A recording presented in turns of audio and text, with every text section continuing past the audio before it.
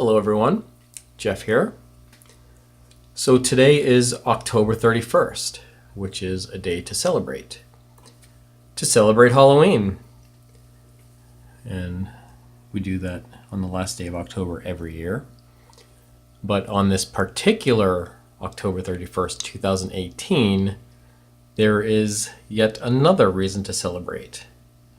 What's happening right now in the city of Boston is the Boston Red Sox World Championship Parade. I have mentioned it before, but I am a big baseball fan. I'm a big Red Sox fan. I am from Massachusetts, though I live in Las Vegas now. But the Red Sox won the World Series after an amazing season where they won 108 wins. And the championship parade is underway right now in Boston. And today would have been Game 7. Game 7 would have been scheduled today, but Game 7, of course, if necessary, because the World Series is a best of 7 series, so whoever wins 4 games first. The Red Sox won the World Series in 5 games. So they wrapped it up on Sunday. And Game 6 and 7 were not played because they were not necessary, and now the Red Sox are celebrating their championship with a parade in Boston.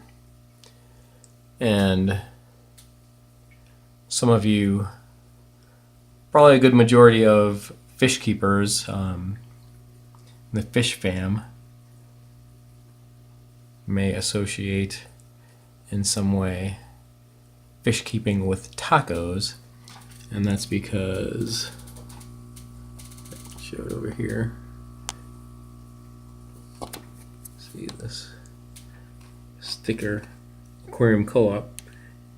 Many of you may know this dude Corey is a taco freak, and some of you may or may not know. Baseball fans probably would know, but there's free tacos for everybody, courtesy of Mookie Betts. Mookie Betts is the Red Sox right fielder. He's likely to be the front runner to be the most valuable player this season. And if not, he's definitely one of the top contenders. And Taco Bell had a promotion. If for a stolen base in the World Series, if you steal a base, you steal a taco. So in the first inning of the first game of the World Series, Mookie Betts stole a base. And with that, everybody in America gets a free taco. So that can be redeemed tomorrow, November 1st, from 2 to 6 at any Taco Bell. They're giving away free Doritos Locos tacos. So, I wonder if this dude knows about it. I think I got a notification he's going to have a live stream tonight. So, I wonder if he'll be aware of that and mention that. But, maybe if anybody is watching this video, they can pass it along to him, and he can, I have, no following, no audience, but, he can spread the word if he knows about it. But anyway, I was making this video because I have hair algae, and about 3 months ago, there's one back there, I bought some Amano shrimp from Flip Aquatics. I got them because they are supposed to be algae eating machines. So, I got them because of this hair algae has been a problem. And I was hoping that the Amano shrimp could be a solution to that problem. But in 3 months, they have not been eating algae. They did when I first got them. I had what I believe was green spot algae on these Anubias leaves, and they did clean that up. But This is a 10-gallon tank. This is my guppy and endler hybrid tank. And I bought 10 Amano shrimp from Flip Aquatics. I bought 10, but I received maybe 11 or 12. And since I put them in this tank, I've only been able to see or count as many as 8 at a time. You know, they'd be, you know, hiding somewhere or just not out in the open. There's one right there on the sponge filter. There's one right there.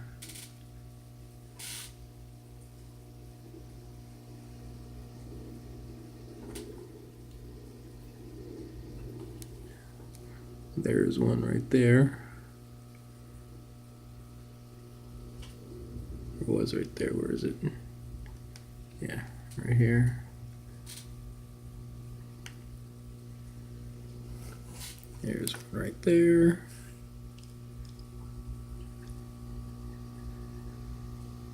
There's probably some others right in front of me that I'm just not noticing. But anyway, in my opinion, these Amano shrimp do not live up to the hype as algae-eating machines. I do realize that, you know, one thing is I have all these, you know, this is essentially a community tank with lots of other fish. It's a couple of pygmy corridors, but mostly guppy and endler hybrids. So with those guppy endler hybrids, I do feed this tank a lot because there are always fry in here and they're growing, so I do have to feed them a lot. But what's unfortunate about that is the Amano shrimp will eat the fish food. So they don't, there's one right there. They don't eat the algae enough because they have enough other food otherwise. But if they're supposed to be algae eating machines, you would think they would just non-stop eat. Like eat food, fish food when they can, but then when, you know, like right now, they should be chowing down on hair algae if they're algae eating machines. So basically, the conclusion I've drawn is that, you know, I've seen it. I've seen others make videos with Amano shrimp and they, you know, do eat hair algae and everything, but those would be, the stipulation there is they have to be hungry Amano shrimp. So they don't really perform well as algae eaters in this type of situation where there's lots of other fish where they're going to eat the fish food. So if they, you know, if this was if I didn't have live bearers in here, if I had, you know, something else that wasn't feeding fish so much, you know, the algae, I'm sure the Amano shrimp would be doing a much better job. So now, you know, I've tried to, this hair algae has been a problem for me for a while. I know that it's, you know, this guy, that, you know, Corey with the taco guy that I was talking about. You know, he's just, I've watched some of his videos or live streams where, you know, basically my aquarium is out of balance, like how to get it in balance. Like, you know, I have tried different things. I've tried less lighting. The next thing I'm gonna have to, I've been feeding it less to try to get the Amano shrimp to get hungrier. I've even tried, I bought some of his Easy Carbon, and I tried that, but I used to have a big cluster of guppy grass in here, and instead of killing off the hair algae, it killed off my guppy grass. So I stopped using that, and then I decided to get Amano shrimp, and basically that's not the solution that I'm looking for, because I do want to keep feeding these fish well. So I do have yet another plan. What I think I'm going to do is take some of these Amano shrimp and move them to another tank. I do have this 2-gallon tank. I'm going to make a future video about that, talking about how that wasn't...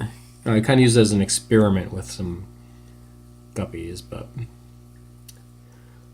but anyway, what I think I'm going to do now is just put some Amano shrimp in there and not feed them. And whenever I have situations like this with all this hair algae, and there's a big clump all up here, all over in there, I'm just going to keep them hungry in another tank, take this hair algae out of this tank and drop it in there, so while they're not eating fish food, they'll have the appetite, so that they will have no other choice. If they want to eat, they'll have to eat hair algae.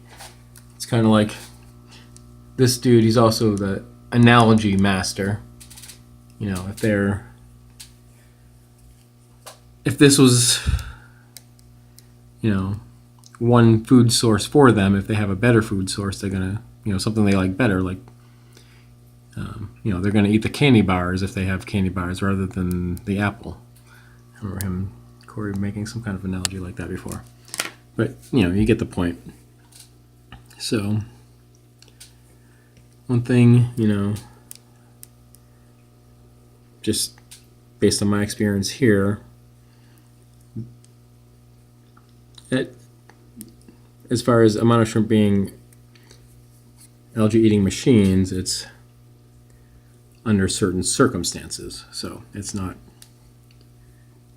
you can't just do what I did and just throw them in a tank that has hair algae that you're feeding a lot, so they're not going to be effective. That's what I've learned here. All right. So then we have this breeder trap, this breeder box. It's been about a month ago now that I've put this in this tank, so the fry in here are about a month old. I've never used a breeder box before, and I talked about this when I showed it in previous videos, but I wanted to try it because I wanted to see if, I was kind of expecting to see maybe 30, 40, 50 plus fry, and that was not the case, which was really, that didn't happen, and instead I did get to observe something I've never seen before. I had some freak show guppies. I had a conjoined twin guppy that had like 2 sets of eyes sharing a head with 2 bodies coming off it, and I had another one that had 3 eyes that might have been, kind of as if it still had 1 body but had 3 eyes, like 1 eye where the mouth would be, but I think it was kind of like as if it was development of 2 heads on that 1 body.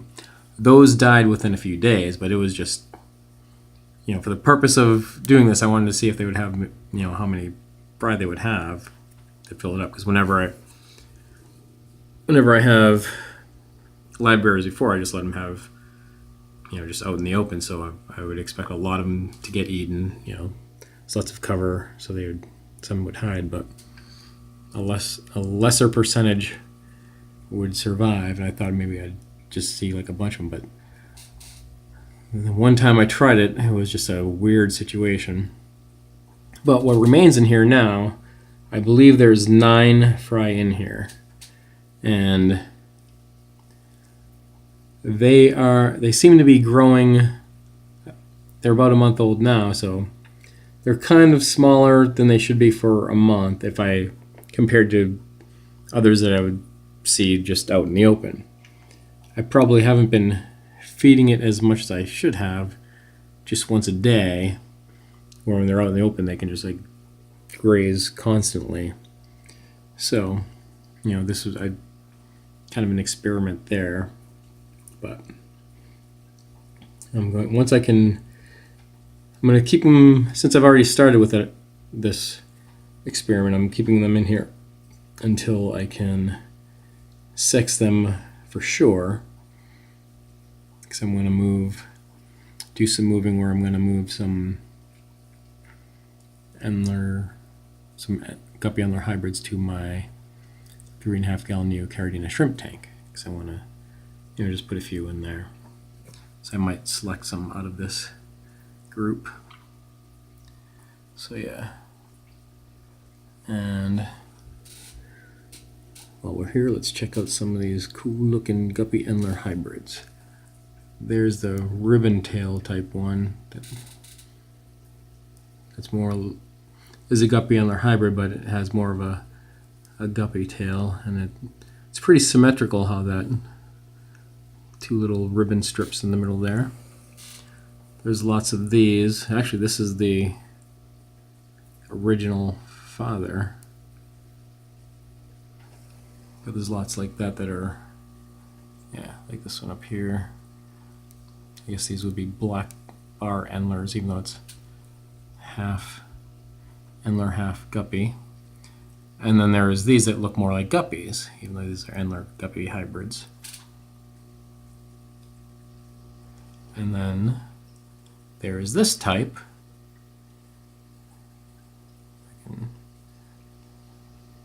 Kind of like that, where, well, yeah, like that one in the back. They're kind of like cobra endlers. Yeah, there's one. I think it was a pygmy cory. So, and then let's check out this is a Rotala rotundifolia, and this is Rotala green. So I put these in not too long ago. I got some stems from a NAPE meeting that I went to, Nevada Aquatic Plant Enthusiasts.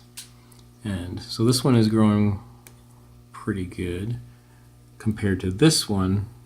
There is some growth, but isn't growing as well. Part of that, I believe, is it's getting better lighting over here compared to here, where there's Rickia and Rickia fluitans and duckweed up there blocking the light.